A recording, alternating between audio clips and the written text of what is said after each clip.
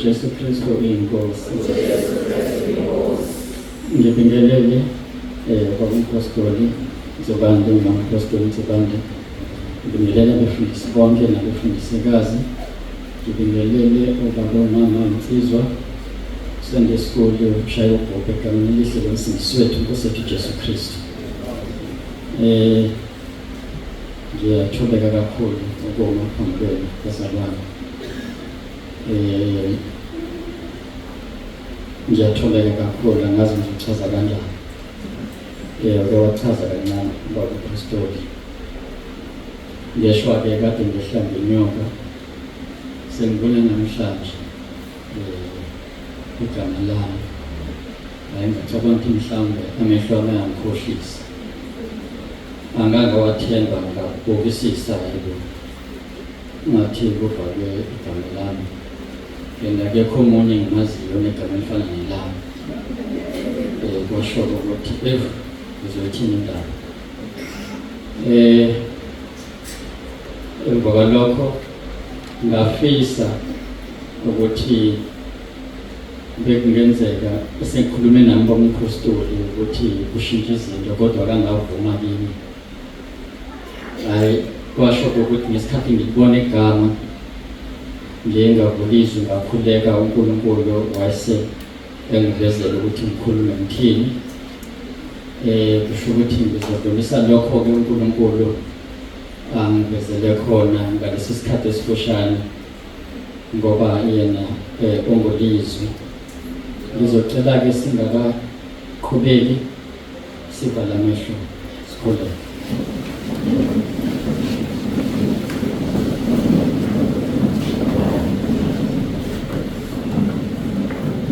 Baba wethu wena usezulwini nemicabango yakho iphakeme.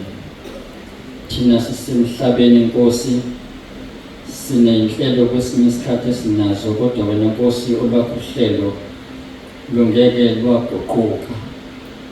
Wena ngizwe lakho Nkosi wadala izulu, wadala umhlaba nezinto zonke Nkosi esizibonayo. Baba thona amandla nangu mina angiyinto yalutho Nkosi. Washo kanjalo uqinisa uGideon wathi makahambe ngalamandla wena Nkosi omphe wona anawo. Ngoba wonke umuntu Nkosi unamandla omphile wona kule ndawo. Nkosi yamakhosi ke sengithemba lawo mandla omphe wona ngoba ngwaphiwe nguwe. Akaveli kimi Nkosi konke kuvela kuwe. Ngiyacela ke Nkosi ukuthi ukhulume ngezwi lakho ngoba nguwe ulizwi. Ukhulumela Nkosi ukuthi bonke abantu beze kuwe Nkosi babe ngumfanekiso wakho bafuze wena babe njengawe. Ngiyacela ke Nkosi ukuthi wenze lokho kwentando yakho ngalomzimba.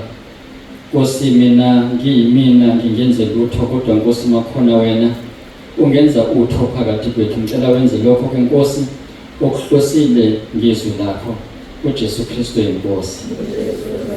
Amen. Ngizocela ke ukuthi sivule incwadi evangeli ngokaLuka isahluko 23. Isahluko 22. Siqale lapha ku verse number 35. Isihloko sakhona sithi iGetsemane. Masiqala lapha ku 35.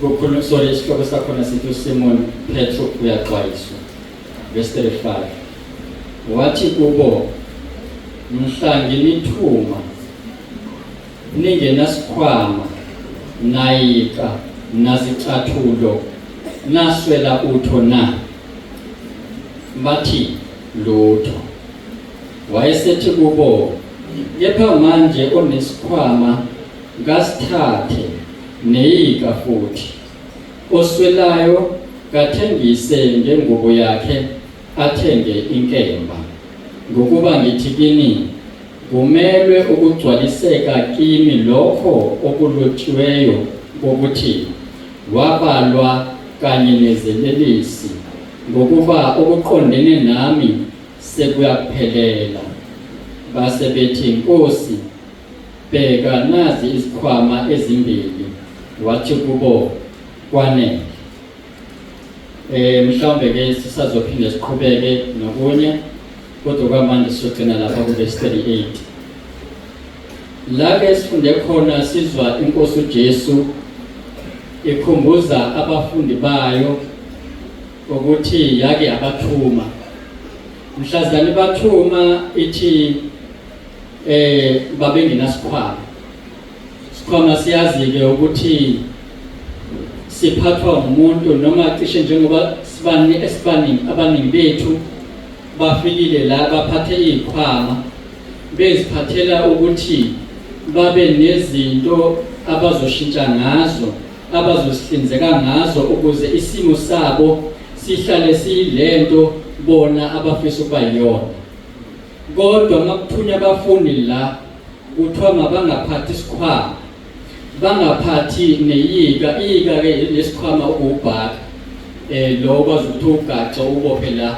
okhalweni lwakho kuthiwa ke nazicathulo kusho ukuthi cishe ke angazi noma babehamba ngalezi ababeyifakile noma babehamba bengasigqokile angazi kodwa la kuthiwa nazicathulo bese kuthiwa ke naswela utho na sekunombuzo ke lapho le ndaba ngesikhathi bathuma ke ebayana ukuthi iziphi izinto abangazifaki noma abangazuzembatha siyazithola lapha kuMateyu 10 verse 10 la bathuma khona inkosi mayiqala nje lapha ku verse 1 inkosi mayibathuma ibanikeza amandla la engikufundile kule ndaba ukuthi inkosi uJesu ma ithuma umuntu ifuna ukuthi kusuke yonke into umuntu angazihlinzeka ngayo yonke into umuntu abengayithemba ukuthi ingamsiza ukuthi abe yilento afuna ukuba yiyona abe kulesi simo yena umuntu afuna ukuba kusona ifuna ukuthi inkosi uJesu uhambe uwena nje lento ke yenzeka kuMose uMose efuna ukukhipha abantu bakhe eGibhithe benzelwe iPhasika njengoba sifikele iPhasika la uMose ehlala engaphansi kwenkosi uFaro ebizwa ngendodana yendodakazi kaFaro esebukhosini kodwa ngikholwa ukuthi uNkulunkulu enhlizweni yakhe uMose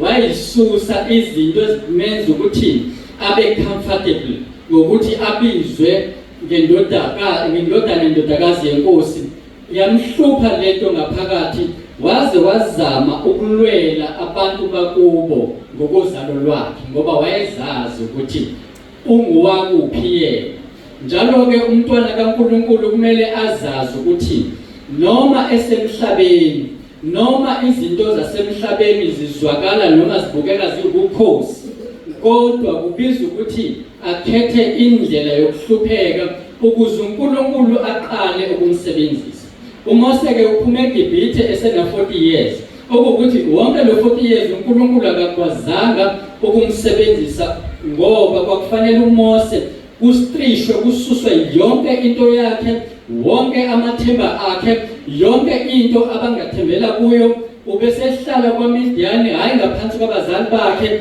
hayi ngaphansi kwabantu abangamaHebheru abakubo kodwa ehlala nje eintabeni elusa izimvo and kwaze kwaphela omunye 40 years ngicabanga ukuthi kunezinto lapho uNkulunkulu ayezikhipha. Ngithe mangiyifunda ke le ndaba kwangifikela nami ukuthi kunezinto ezingezona izono ngoba la izikhwama akaze ngizwe kuthiwa uphatha isikhwama kuyisono. Yebo kuyisono uma ngabe inyanga iphatha isikhwama ngenhloso yokuthakatha noma ukwenza umsebenzi kaSathane. Kodwa nje umuntu awuyena angikaze ngizwe ukuthi ukufaka icathulo noma ukuphatha icathulo elinye ipheya ngoba abanye mhlawumbe baphethe amapheya ngamabili noma ngaphezulu la ukuthi kuyisono. Akusona isono leso. Kodwa sithola la benikezwa umyalo ukuthi njengoba bethunywa kunezinto ekumele zisuke emzimbeni yabo noma bebenazo zingezabo bezithenge ngezimali zabo ngoba oPetru babesebenza kwaze oPetru kwasuswa ngisho umsebenzi wabo babedoka kwathi kwamsebenzi wakho lo-ke shiya lezi iy'nhlanzi zakho sekuzoba ngabantu. Indlela ke uNkulunkulu asebenza ngayo uma ezobiza umntwana wakhe efuna umntwana wakhe ufuna ukuthi okokuqala lezi zinto ozaziyo ukuphila ngazo uzithembile uzazi ukuthi lokhu ngokwami kubizwa ngegama lami akusikho komunye umuntu ushiye ukudedele ukuze uNkulunkulu akusebenzise. Mase kusebenzisa uNkulunkulu udedele zonke lezi zinto uzokunikeza namandla ngaphezulu kwamadimoni, amandla ngaphezulu kwemoya. Mhlawumbe usuqalile wasebenza ngenxa yokuthi kunezinto ongayishile hayi ngoba ziyizono kodwa izinto uNkulunkulu angeke akwazi ukusebenzisa unazo. Lokho kwenza ukuthi ungawatholi amandla owadingayo ekwenzeni umsebenzi kaNkulunkulu ngempumelelo. Abantu bakhishwe ekugqileni bezono, abantu bakhishwe ezintweni abakuzona ngenxa nje yokuhluleka komuntu ukuthi ahlukane nezinto athi uNkulunkulu akahlukane nazo. Ngafunda ukuthi kuyangibiza ukuthi ngikhuleke kuNkulunkulu ukuthi yebo ngiyazi kumele ngihlukane nezono kodwa ngeziphi ezinye izinto engidinga ukuhlukana nazo ukuze ngifeze inkonzo uNkulunkulu angibekele yona. Ngoba la inkosi uJesu yakhuluma ukuthi kumele kufezeke lokho okulotshiwe ngami. Ngamanye amazwi kumele lokho uNkulunkulu akuhlelile ngami kumele kufezeke. Uma uzwa ke lapha kuverse number 36 kuthiwa wayesethi kubo kepha manje onesikhwama kasithathe neyika futhi. Eqaleni uthena akangayiphathi lezi zinto kodwa manje uthi lezi zinto abaziphathe abantu. Kunesizathu salokho ngoba lezi zokuqala bebezithathile beziphethe ngokwentando yabo kodwa lokhu kwesibili bebeziphatha ngokwentando kaNkulunkulu. Kodwa iBhayibheli futhi lisitshela ukuthi uma sekufika umoya engcwele uzosifundisa konke. Ngamanye amazwi inkosi ke ihambe nabo ibafundisa izinto okuyilokho ke inkosi uJesu ebafundise zona ethi inkosi uJesu umsebenzi kamoya engcwele uzosifundisa konke esikutshelwe inkosi uJesu. Yilokho ke esikutshelwe inkosi uJesu ekufanele sikuphathe sikufake kule mgodla sekuthiwa manje masiyithathe. Kuthwalana kepha manje onesikhwama kasithathe neyika futhi. Angazi ke uma khona ongenasikhwama ngoba kukhulunywa la ngomuntu ongenasikhwama kuthiwa nje onaso isikhwama. Uma unaso isikhwama namhlanje bengizothi asithathe lo mgodla noma lokho esesikutholile kulephasika sikufake ezikhwameni zethu sikufake emayikeni ethu sihambe nakho sikubophele okhalweni lwethu sihambe nakho ngoba uma singahambi nakho sizoba nenkinga ngoba inkosi uJesu lisazi ukuthi sekufika umoya ongcwele manje ozokwazi abafundise lezi zinto ezisemgodlweni yabo abayithwele ngoba manje sebekuthwele bethwele umbiko kaNkulunkulu. Uthi ke uswelayo kathengise ngengubo yakhe. Lo muntu uswele akanalutho kodwa kuthiwa makathengise ngengubo yakhe. Uzokwenzani ke uma esethengise ngengubo yakhe? Lalela ithi inkosi uJesu athenge inkemba. Nanzo ke into siphatha manje izikhwama bese oswele ozibonayo ukuthi unesidingo akanakho kunye manje. Angithi manje sekususiwe lezi zinto eqaleni ususweleke manje esabehamba kusho ukuthi bebehamba beswela abafundi benkosi kuthiwa kosweleke manje kusho ukuthi lokhu suswekuyena izinto ebenazo wasele ngasenalutho akathengiseke ngalokho anakho ebese kusele nakhona akathengise ngakho bese athenga inkemba iyini kanti inkemba sisazofika lapho ukuthi kanti kungani kumele sithenge inkemba kanti siswele ithi inkosi verse 37 ngokuba ngithi kini kumele ukugcwaliseka kimi lokho okulotshiweyo ukuthi wabalwa kanye nezelelesi ngokuba okuqondene nami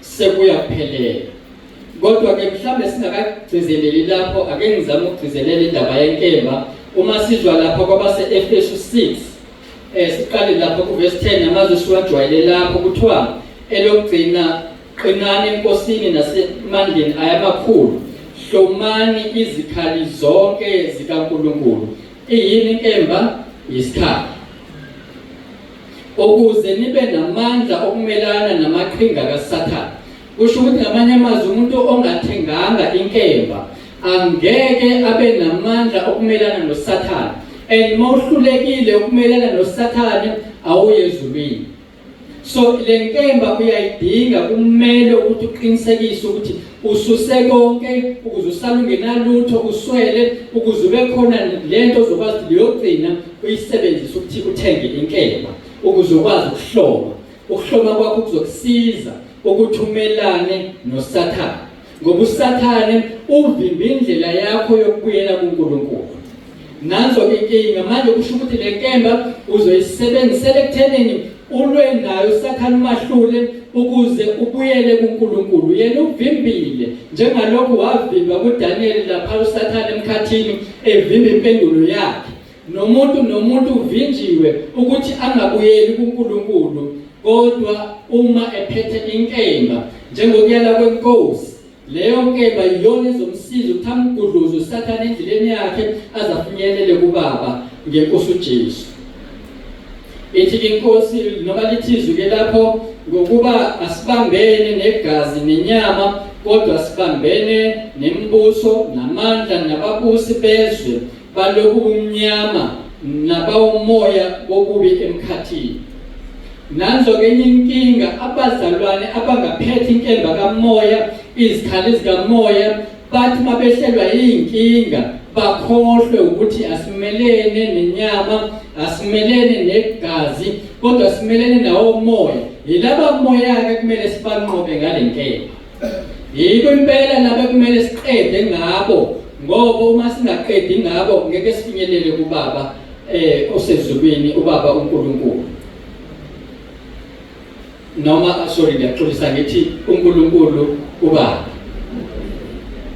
Kuthiwa ngakho hlomani izikhali zonke zikaNkulunkulu ukuba nibe namandla okuzabalaza ngosuku olubi nalapho senifeze konke nime ngakho yimani izinkalo zenu ziboshwe ngeqiniso sithenge iyika ubhaka obopha okhalweni uhlala kuwena unamathele kuwena yikho ke la sithola ukuthi kuthiwa ke izinkalo zenu ziboshiwe ngeqiniso mhlawumbe kulezi kulolikhalo kuboshwe kufakwe inkemba kulobhodla lo wona ozokusiza ukuthi ube nenkemba yokulwa bese uthwala ifake isivikelo sesifuba sokulunga izinyawo zigqokisiwe ukulungela kukho ukushumayela ivangeli lokuthula la kukhulunywa nabazalwane bonke akukhulunywa nabefundisi kuphela kodwa la sithola ukuthi kuthiwa ngokho konke nithathe isihlangu izinyawo zigqokisiwe ukulungela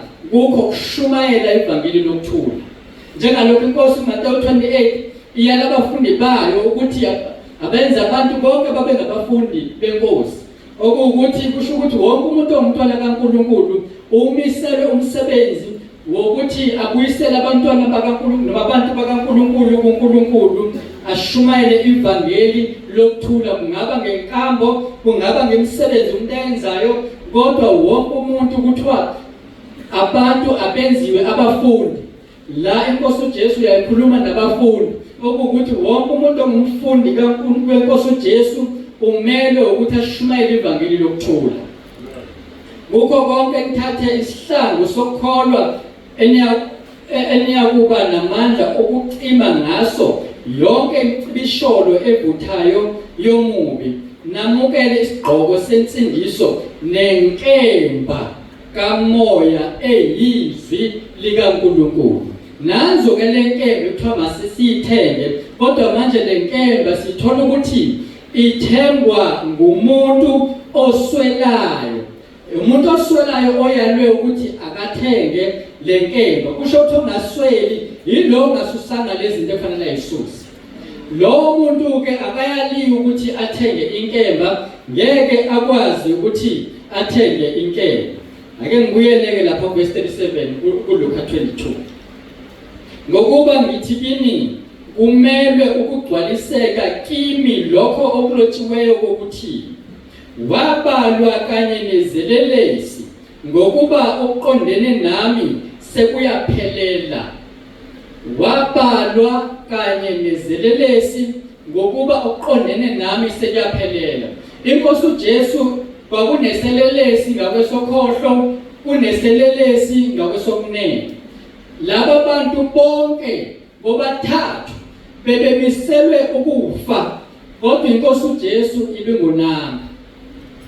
Okuwukuthi inkosi uJesu ukuza kwayo la emhlabeni bekuzokufa umzimba, bese umphefumulo usalophila ukuyele kuNkulunkulu. Ngesikhathi kuneselelesi ngala nangala, yilabantu inkosi uJesu ebazele emhlabeni, ngoba kuthiwe igama layo kuzoba nguJesu ngoba yiyo ezosindisa abantu bayo ezonweni zabo. Ithi inkosi uJesu yafika emhlabeni ifikele izoni, yikho-ke yafika yazoyithatha-ke izoni, kodwa futhi izoni zazimbili ezazilapha.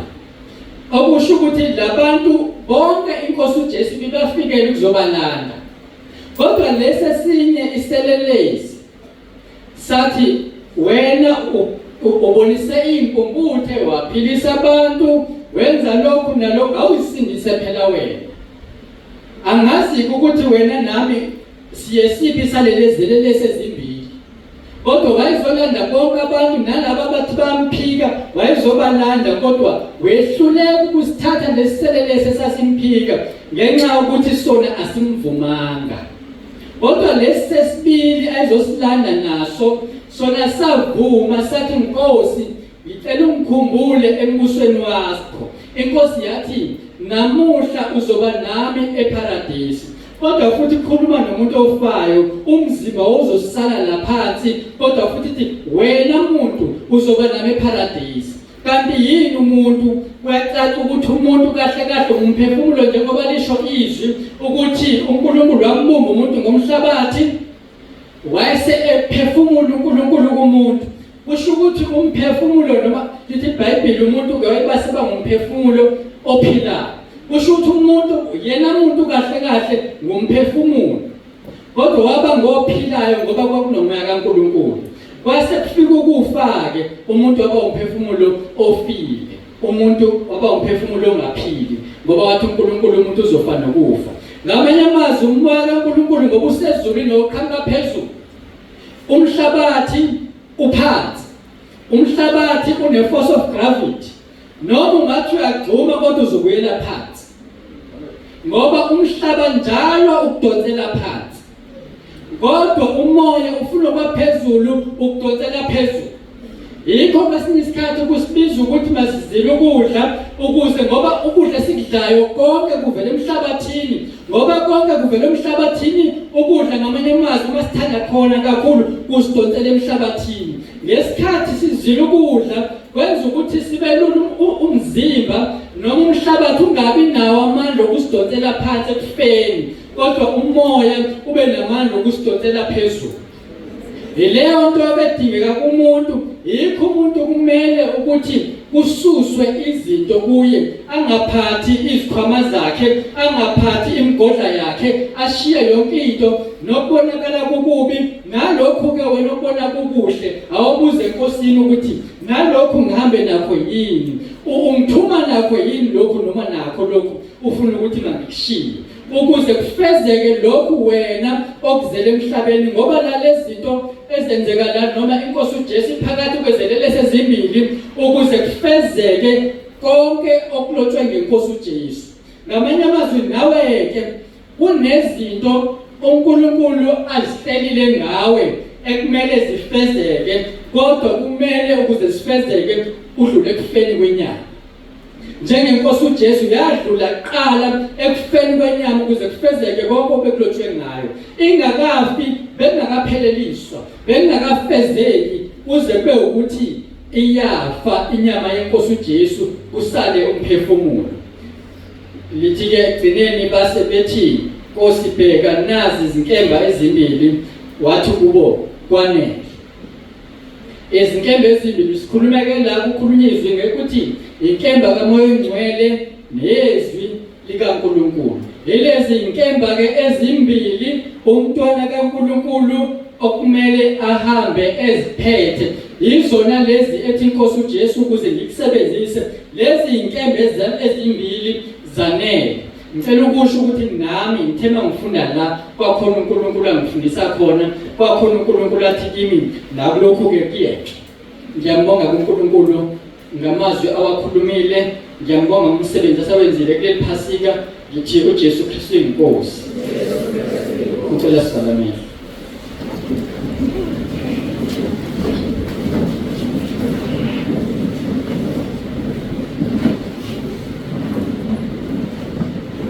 Siyazithoba Baba wethu oyingcwele phambi kobuso bakho. Siyabonga Nkosi ukuthi usihlanganise ukuzozwa izwi lakho. Ngoba Nkosi ngezwi lakho wadala izinto esizibonayo eziphilayo. Kungoba Nkosi uthanda ukuthi siphile. Siyabonga uNkulunkulu ukuthi unamandla kusukela ekuqaleni kuze kulesi sikhathi. Sisaqhubeka Nkosi, ziqhubeke inkonzo, siyacela Nkosi uqhubeke nathi.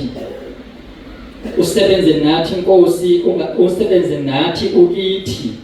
Singathi siyakusebenzela kanti Nkosi awukho phakathi kwethu.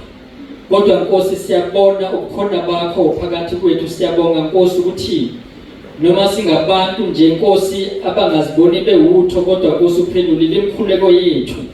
Ukuthi Nkosi masicela sikuncenga ukuthi usebenze phakathi kwethu Nkosi, ukhulume kithi, ulungisise impilo zethu.